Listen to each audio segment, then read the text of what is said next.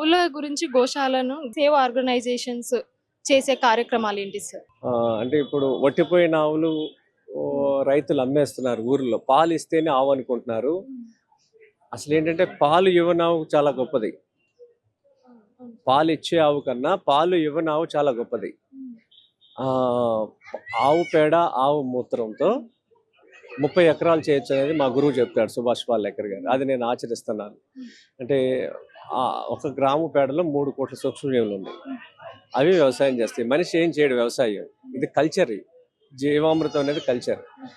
ఇది నేను తెలుసుకున్నాక రైతులకి ఇలాంటి వట్టిపోయిన ఆవులు గోశాల ద్వారా, అంటే కషాయ వాళ్ళ దగ్గర ఎవరైతే పట్టుకుంటున్నారో, గోరక్ష దళ వాళ్ళు, ఆర్ఎస్ఎస్ వాళ్ళు, విహెచ్పి వాళ్ళు, ఆ పట్టుకున్న ఆవుల్ని గోశాలలో ఉంటాయి. ఆ గోశాల వాళ్ళకి అక్కడ రైతులను పిలిపించి, స్థానికంగా రైతుల్ని పిలిచి రైతులకి అవగాహన కల్పించి తర్వాత ఆవును మళ్ళీ తిరిగి గ్రామానికి పంపిస్తున్నాం. అంటే పేడా మూత్రంతో పంటలు ఎలా పండించాలనేది చెప్తున్నాం అనమాట. ఇలా 25,000 మందికి ట్రైనింగ్ ఇచ్చాం. గోవు ఆధారిత వ్యవసాయంపై టీటీడీలో ఎలాంటి కార్యక్రమాలు నిర్వహిస్తున్నారు? చాలా బాగా జరుగుతున్నాయి. గత 3.5 సంవత్సరాలు జరిగినాయి. ప్రస్తుతం కొన్నాళ్ళు ఆపారు. ఈ ప్రభుత్వం వచ్చినాక ఇంకా బాగా జరుగుద్ది. దానికి సంబంధించిన పాలకులు కానీ అధికారులు కానీ నేను స్వయంగా వెళ్ళి కలవలేదు. చేస్తారన్న నమ్మకం 100కి 100% ఉన్నది. ఆ రోజు వస్తుంది. కొంత అవగాహన లోపంతో దీన్ని ప్రస్తుతానికి ఆపడం జరిగింది. సో ఆవులను, కలేబరాలను కొనుక్కోవాలి, తీసుకోవాలి అనేసి కూడా మీరు పిలుపునిస్తున్నారు. సో ఇప్పటి వరకు వెళ్తున్నాయి అనేది మీరు పిలుపునిస్తున్నారు. ఇప్పటి వరకు మీరు ఎన్ని ఆవులను, ఇప్పుడు నా సొంతంగా నా పొలంలో నేను ఇప్పటి వరకు ఒక 200 ఆవులు రైతులకి ఇవ్వడం జరిగింది. నా సొంత భూమి నావి. అలా కాకుండా గోశాలలో మీటింగ్లు పెట్టి ప్రతి జిల్లాలో అక్కడ స్థానికంగా పట్టుకున్న గోరక్ష దళ వాళ్ళ ఆవుల్ని గోశాలలోంచి మళ్ళీ గ్రామాలకు పంపించడం జరిగింది. ఈ విధంగా చూసుకుంటే సుమారు ఒక 1000 ఆవులు ఇప్పటి వరకు మనం రైతులకు పంపించడం జరిగింది. దేశీ ఆవు ప్రాముఖ్యత ఏంటిది? గోశాలలో రక్షణ కోసం ఎలాంటి చర్యలు తీసుకోవాలి? దేశీ ఆవు ప్రాముఖ్యత అనేది మానవాళ్ళ మనుగడ కోసం, అది ఈ భూమి మీద ఒక వరం, భగవంతుడు ఇచ్చిన వరం దేశీ ఆవు అనేది. దీన్ని మనం ఇలాంటి తరహాగా ఇంకో ప్రాణి లేదు. పంచగవ్యాసం ఉన్నాయి కదా, ఆవు నుంచి వచ్చే 5 వస్తువులు: ఆవు పేడ, ఆవు మూత్రం, ఆవు పాలు, ఆవు పెరుగు, ఆవు నీరు. వీటితో మానవాళికి, ప్రకృతికి మేలు చేసేదే కానీ చెడు చేసేది ఆవు నుంచి ఏది లేదు. ఇది ఆవు యొక్క ప్రత్యేకత. ఇక గోశాల నిర్మాణం అంటున్నారు మీరు. గోశాల నిర్మాణం అనేది దేశానికి అరిష్టం. గోశాల నిర్మాణం జరిగితే దేశం పాడైపోతుంది. గోవు ఎప్పుడు రైతు దగ్గర ఉండాలి, కానీ గోశాలలో ఉంటే అది ఓల్డ్ ఏజ్ హోమ్లో పెట్టినట్టు అనమాట. ఓల్డ్ ఏజ్ హోమ్లో ఉంటే దేశానికి మంచిదా? కాదు కదా. సేమ్ ఆవుల విషయంలో కూడా గోశాలలో కూడా ఓల్డ్ ఏజ్ హోమ్ లాంటిది అనమాట. ఎప్పుడు నగరానికి రాకూడదు, గోశాల దేశంలో ఉండకూడదు. గోశాల ఉంటే ఎంత గోశాల పెడితే దేశానికి అంత అరిష్టం. ఆ పేడ మూత్రం పొలాలకు వెళ్ళాలి, వెళ్తే భూమి సంపన్నం అవుతుంది, వర్షపు నీళ్ళు భూమిలో ఎంగుతాయి, పౌష్టికాహారం సమాజానికి అందుద్ది. అంటే ఈ జ్ఞానాన్ని రైతులకు ఇవ్వటం అనే దాంట్లోనే నేను సమయం ఎక్కువ కేటాయిస్తున్నాను. అలా పండించిన బియ్యాలన్నీ ఇక్కడ అందుబాటులో ఉన్నాయి. తర్వాత ఇవి రోజు వచ్చి ఇక్కడ కొనుక్కోవాలి, తినాలనేది మా ఉద్దేశం కాదు. ఇలా ఒక వస్తువు ఉందని చెప్పడం మా ఉద్దేశం. మీకు పొలాలుంటే దీన్ని ట్రైనింగ్ ఇవ్వటానికి మీ జిల్లాలో మీరు ఆర్గనైజర్స్గా నిలబడితే, ఇక్కడికి వచ్చే వినియోగదారులు కానీ ఎవరైనా సరే, అక్కడికి మేము స్వయంగా వస్తాం మా ఖర్చులతో. వచ్చి అక్కడ మీరు ఒక 100-200 మంది రైతుల్ని సమీకరణ చేస్తే వాళ్ళకి జ్ఞానం ఇస్తాం. అలా పండించిన వాటితోనే మీరు బతకాలి, మీరు నెక్స్ట్ తరానికి మీరు ఎన్ని మార్గదర్శకంగా నిలబడాలి. ఇలాంటి వాళ్ళు ఎవరి ముందుకు వచ్చినా, ఏ జిల్లాకు వచ్చినా సరే నేను సమయం ఇవ్వడానికి సిద్ధంగా ఉన్నాను. Sir, last final question sir. Organic వ్యవసాయం, గో ఆధారిత వ్యవసాయాన్ని సనాతన ధర్మంలో మీరు దేని నుంచి స్ఫూర్తి పొంది మొదలు పెట్టారు? అంటే ఆర్గానిక్ అనే టర్మ్ ఎందుకు వాడుతున్నారంటే, ఆర్గానిక్ అనేది వితౌట్ కెమికల్ చేసే సిస్టాన్ని ఆర్గానిక్ అంటారు. దీంట్లో మళ్ళీ ఈ కల్చర్ ఏదైతే ఉందో వర్మీ కంపోస్ట్ అంటారు, వర్మీ వాష్ అంటారు. ఇవన్నీ కూడా వెస్ట్రన్ కల్చర్. అది మళ్ళీ అన్ని రైతుని కొనేదట్టు చేస్తున్నాయి అనమాట. రైతు అసలు ఏది కొనకూడదు. రైతు కన్జ్యూమర్ కాదు, రైతు ఒక ప్రొడ్యూసర్. కదా. రైతు జేబులోంచి డబ్బులు బయటికి రాకూడదు, జేబులోంచి.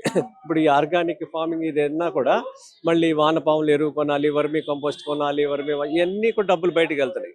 అదే ఒక దేశీయ ఆవు ఉందనుకోండి, మనం ఏది కొనక్కర్లా.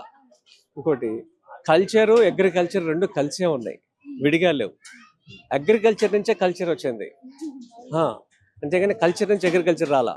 ఫస్ట్ ఉన్నదే ఈ భారతదేశంలో ఈ భూమి మీద ఉన్నదే అగ్రికల్చర్. అగ్రికల్చర్ ద్వారా కల్చర్ వచ్చింది. అండ్ ఒకవేళ ఎవరికైనా ఇంట్రెస్ట్ వచ్చి మేము వ్యవసాయం నేర్చుకోవాలి అనుకుంటే నేర్పిస్తారా? డెఫినెట్గా దీనికి సంబంధించి బేసిక్ నాలెడ్జి 365 రోజులు రామకృష్ణ మఠం లోయర్ ట్యాంక్ బండ్లో అక్కడ స్టాఫ్ ఉంటారు, 6-7 మంది ఉంటారు. అక్కడ మార్నింగ్ 9:30 నుంచి ఈవినింగ్ 6:30 వరకు ఎవరు వచ్చినా ట్రైనింగ్ ఇస్తాం, ఏం ఛార్జ్ చేయం.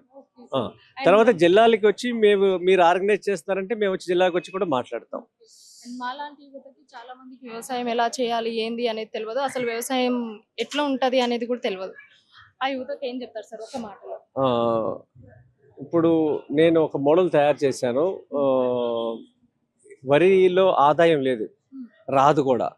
వరిలో ఒక రైతు 6 నెలలు కష్టపడితే 20 నుంచి 30 వేల రూపాయలు మిగులుతాయి. అదే ఇప్పుడు నేను వరిని కాకుండా 5 లేయర్ మోడల్ మీద నేను రీసెర్చ్ చేస్తున్నాను ఒక 4.5 సంవత్సరాల నుంచి. దీనిలో అంటే మన కంచంలో ఏమున్నాయో అవన్నీ మన పంట పొలంలో ఉంటాయి. ఇప్పుడు ఏం చేస్తున్నారు, ఒక వరి పండిస్తున్నారు, తతిమాయన్ని బయట కొనుక్కుంటున్నారు. అలా కాకుండా ఉప్పు పండించలేం కాబట్టి తతిమాయన్ని మన పొలంలోనే ఉంటాయి. అది నేను చేసేది. దీంట్లో 3 లక్షల రూపాయల ఆదాయం నేను చూపిస్తున్నాను. 30,000 వచ్చే చోట 3 లక్షలు. ఇది డిసెంబర్ 15 నుంచి జనవరి 15 వరకు 1 మంత్ కృష్ణా జిల్లాలో నా వ్యవసాయ క్షేత్రంలో ఎవరు వచ్చినా నేను ట్రైనింగ్ ఇస్తాను, లైవ్ చూపిస్తా. అక్కడ రావచ్చు మీరు. దీన్ని మీరు మీ సామాజిక బాధ్యతగా మీ ఛానల్ వాళ్ళు రిజిస్ట్రేషన్ పెట్టండి.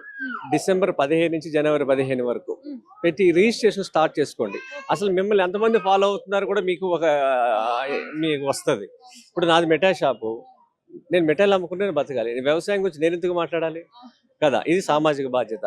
మీరు కూడా మీ సామాజిక బాధ్యతగా ఈ వ్యవసాయాన్ని ముందుకు తీసుకెళ్లాలంటే మీ కాంట్రిబ్యూషన్ ఏంటి, రిజిస్ట్రేషన్ చేసుకుంటే రమ్మనండి.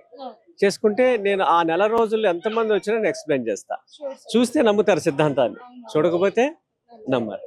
అది సార్. ఫైనల్ గా ఎమరాల్డ్ స్వీట్స్ ఇది కొత్త బ్రాంచ్ లాంచ్ అయింది, సో ఏం చెప్తారు సార్? అండ్ చాలా మంది నేను రివ్యూస్ తీసుకున్నాను, మేము ఇక్కడ నుంచి లోవర్ ట్యాంక్ బండ్ దాకా పాల కోసం వెళ్ళిన రోజులు కూడా ఉన్నాయి అనేసి అంటున్నారు. అంత ఆర్గానిక్ గా ఉంటుంది, అంత న్యాచురల్ గా ఉంటుంది. ఇప్పుడు మాకు ఇక్కడ కొత్త షాప్ లాంచ్ అయింది అనేసి కూడా చాలా సంతోషం వ్యక్తం చేస్తున్నారు. ఒక్క మాటలో ఏం చెప్తారు సార్ ఎమరాల్డ్ స్వీట్స్? ఇది మన గోవుతో ముడిపడి ఉన్నదండి. పాలేకర్ గారు పరిచయం కాకముందు ఎమరాల్డ్ అనే పేరు పెట్టుకున్నాను. కాకపోతే మేము చాలా దూరం ప్రయాణం చేసేసాము. షాప్ ప్రారంభించిన 10 సంవత్సరాలుగా నా పాలేకర్ గారి పరిచయం. అది ఎమరాల్డ్ పేరు అనేది భారతీయ సంస్కృతిలో ఉన్న పేరు కాదు, కానీ షాపు లోపలికి వస్తే అంత భారతీయ సంస్కృతి కదా.